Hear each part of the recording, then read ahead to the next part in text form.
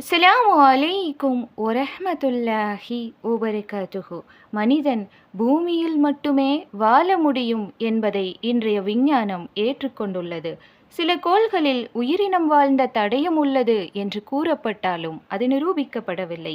ஏனெனில் மனிதன் தாங்கும் அளவுக்கு வெப்பமும் குளிரும் பூமியில் மட்டுமே உள்ளது.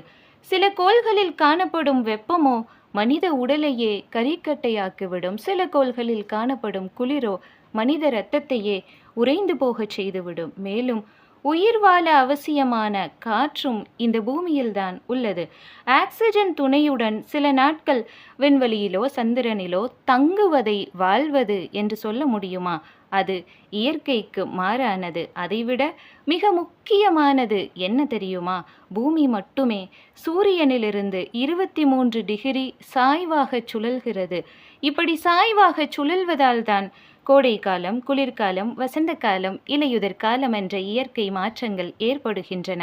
வருடம் முழுவதும் ஒரே சீரான வெப்பமோ குளிரோ இருந்தால் அதுவும் வாழ்வதற்கு ஏற்றதாக இருக்காது. ஆக எல்லா கோள்களையும் படைத்த ஏக இறைவனால் மட்டுமே இதை செய்ய முடியும், சொல்ல முடியும் இல்லையா? அந்த வகையில் இறை ஆற்றலை உணர்வோம், அவனுக்கு நன்றி செலுத்துவோம்.